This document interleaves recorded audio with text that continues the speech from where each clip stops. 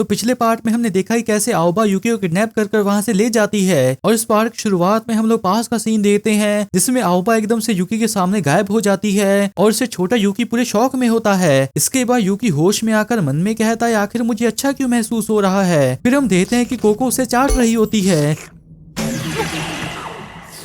जिससे यूकी को एक बड़ा सा शौक लगता है और तभी नाओन उसके कंधे पर हाथ रखकर कहती है हिलो मत। फिर कोको उसके चेहरे को चाटती है और कहती है तुम जल्दी ही बेहतर हो जाओगे तो इसीलिए शांत रहो। इसके बाद वो उसके ऊपर बैठकर उससे और चाटती है जिससे शौक हुआ यूकी मन में कहता है शांत रहो और सिचुएशन को समझने की कोशिश करो। मुझे पकड़ लिया गया था और जब मैं जागा तो मैंने पाया कि दुश्मन मुझे चाट रही है और उससे भी जरूरी उस वक्त उसने मुझे मेरे नाम से बुलाया था तो जैसा मैंने सोचा था वो मेरी बहन ही है। फिर वो बोलने लगता है पर तभी कोको उसके मुंह के ऊपर बैठ जाती है और कहती है मैंने कहा ना हिलो मत, मैं तुम्हारे हर एक हिस्से को देख रही हूँ। फिर यूकी मन में कहता है क्या दुश्मन मुझे असॉल्ट कर रहा है और मैं आखिर क्या करूँ। तभी आओबा आकर कहती है तो ठीक है कोई भी हमारे पीछे नहीं है। तो क्या यूकी जाग गया पर तभी वो दोनों को ऐसी हालत में देख लेती है और कोको कहती है आओबा दीदी बहुत अच्छे वक्त पर आई है मैं बस। पर तभी आओबा उसे पीटना शुरू कर देती है और गुस्से में कहती है आखिर तू मेरे भाई के कपड़े उतार कर क्या रही थी। तभी नाओन कहती है ये गलत फहमी बिल्कुल भी खूबसूरत नहीं है। जब उसकी ट्रांसफॉर्मेशन खत्म हुई तो बिना कपड़ों के ही था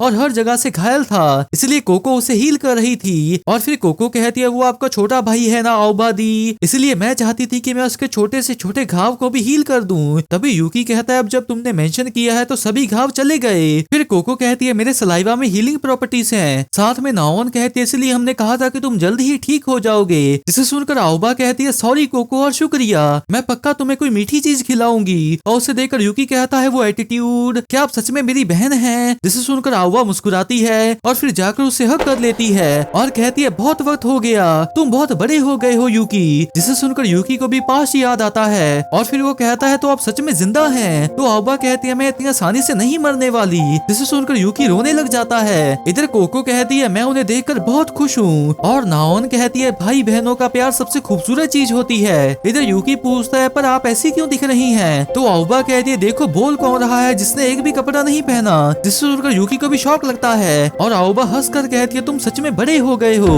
और ये लो ये कपड़े तुम्हारे लिए हैं, तो जब तुम इन्हें पहन लो तो बाहर आ जाना और फिर मैं तुम्हें दिखाऊंगी कि हम कौन हैं और ये जगह कौन सी है। जिसके बाद वो दोनों बाहर जाते हैं और हम देखते हैं कि यूकी पूरी तरह से शौक में खड़ा होता है क्योंकि उसके सामने पूरा एक गाँव होता है। और कोको कहती है शौक हो गए ना, हम लोग अभी माटो के नीचे हैं और हम इसे द हिडन विलेज कहते हैं। तो यूकी कहता है मुझे बिल्कुल भी नहीं पता था कि ऐसी भी किसी जगह का वजूद है। फिर आओबा कहती है माटो के सेंटर में बहुत सारी अंडरग्राउंड गुफाएं हैं पर वहाँ पर बहुत सारे पीच ट्रीज भी होते हैं, तो डीमन डिफेंस फोर्स हमेशा उन्हें एक्सप्लोर करती रहती है। पर यहाँ माटो के किनारे पर कोई भी पीच ट्री नहीं है तो इसलिए वो यहाँ पर कोई भी सर्च पार्टी नहीं भेजते।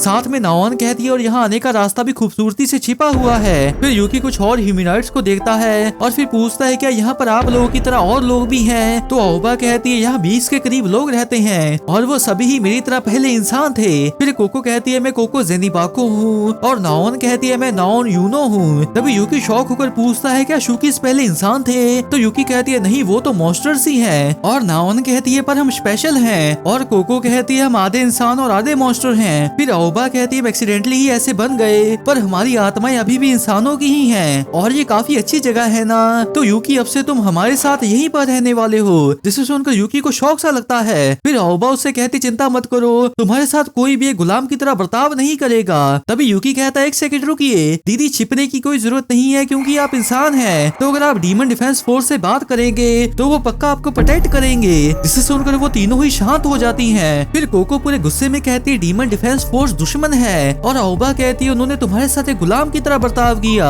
और जिस तरह से उनके ऑर्गेनाइजेशन स्ट्रक्चर्ड है वो पक्का हमारा विरोध करेंगे। और फिर नाओन कहती है हम लोग लड़ाई को नहीं टाल सकते।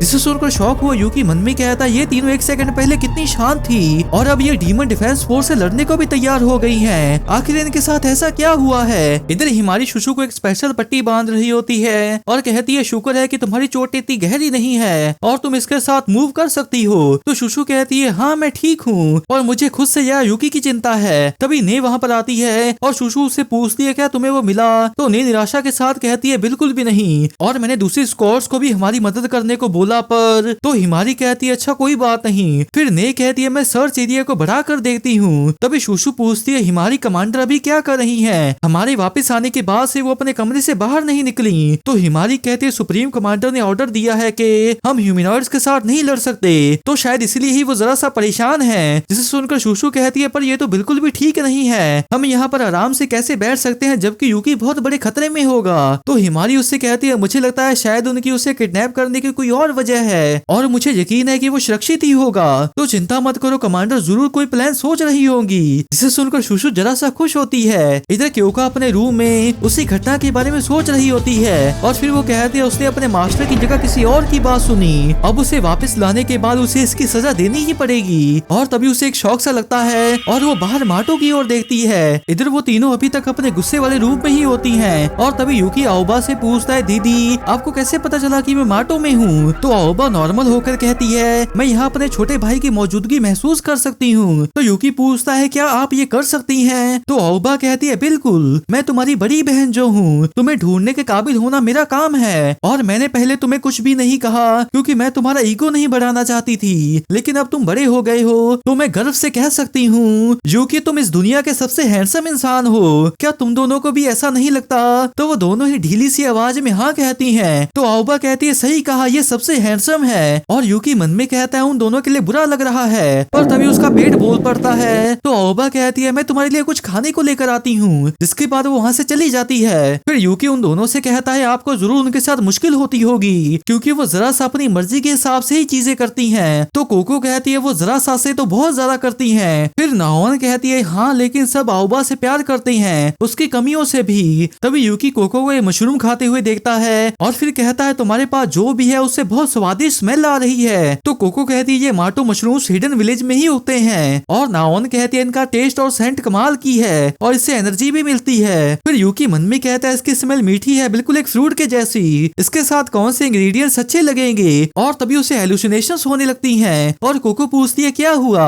फिर नाओन कहती है ओ डियर हादसे के बावजूद भी मुझे मेरी सुंदरता पर गर्व है। और क्या तुम नाओन यूनो की सुंदरता से मोहित हो गए हो? लेकिन यूकी कुछ नहीं बोलता। और फिर नाओन पूछती है क्या तुम ठीक हो? लेकिन हेलुसिनेशंस की वजह से यूकी को नाओन के बूस मीट बॉल जैसे लगने लग जाते हैं और वो उन्हें खाने की कोशिश करता है। इसके बाद आओबा आकर कहती है ये बस फील्ड राशन है जो मैंने डीमन डिफेंस फोर्स से चुराया है, लेकिन अभी के लिए इतना।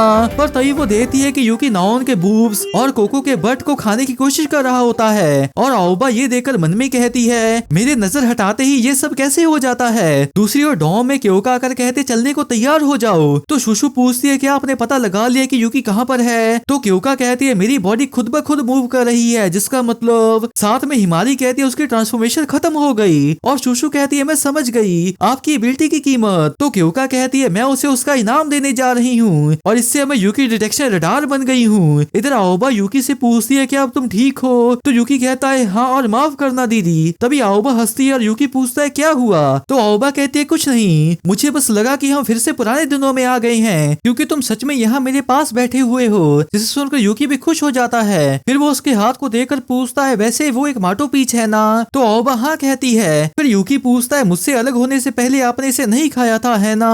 तो आओबा कहती है नहीं, क्योंकि इसके लिए होने वाले प्रोसीजर्स और पेपर वर्क बहुत ही सरदर्दी वाला काम था और तुम जानते हो ना कि कुछ लोग इन्हें नहीं खाने का भी फैसला करते हैं। तो यूकी कहता है अच्छा, और मुझे लगा आपकी ये पावर्स पीचेस की वजह से हैं। तो आओबा कहती है इसके बीच एक कनेक्शन तो है, दरअसल पीचेस की वजह से ही हम ऐसे दिखते हैं। तो यूकी कहता है मैं पूरी कहानी सुनना चाहता हूँ। इधर क्योका कहते हैं तुम यही रुको ने और हमारे लिए हेडक्वार्टर से कांटेक्ट में रहना, अगर कुछ भी हो तो मुझे तुरंत बता देना। तो ने कहती है इसे मुझ पर छोड़ दीजिए। और तभी वहाँ पर 6 स्क्वाड आती है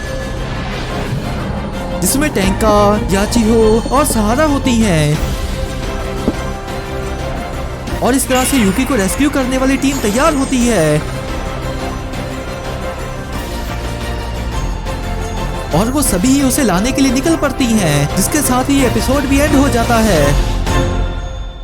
तो गाइस मैं होप करता हूँ कि आपको जो एक्सप्लेनेशन अच्छी लगी होगी। अगर आपको जो एक्सप्लेनेशन अच्छी लगी है तो इस वीडियो को एक लाइक कर दीजिए और नीचे कमेंट भी जरूर कर दीजिए। इसका नेक्स्ट एपिसोड अगर थर्सडे को रिलीज होगा तो उसकी एक्सप्लेनेशन वीडियो फ्राइडे या सैटरडे तक आ जाएगी। और अगर आप उसे मिस नहीं करना चाहते तो इस चैनल को जरूर सब्सक्राइब कर लीजिए। तो मिलते हैं एक और एक्सप्लेनेशन वीडियो के साथ, तब तक के लिए टाटा बाय बाय।